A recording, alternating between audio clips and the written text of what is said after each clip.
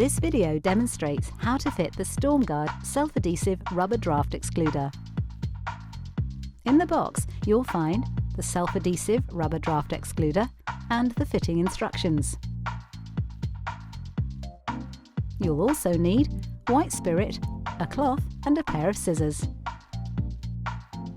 Step 1. Measure up. Before buying your Stormguard Self-Adhesive Draught Excluder, measure the gap between the door and the door frame to ensure it's less than the maximum gap and greater than the minimum gap shown on the packaging. Step 2. Preparation. Make sure all the surfaces where the product is to be fixed are free from dust, dirt, grease and loose paint. If necessary, clean with white spirit and dry thoroughly. Step 3. Fitting.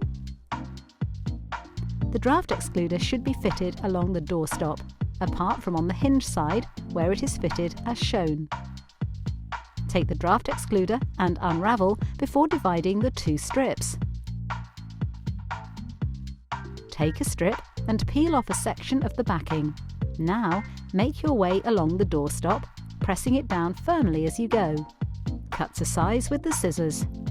Continue fixing the seal to the top doorstop, and then finally the hinge side of the door frame.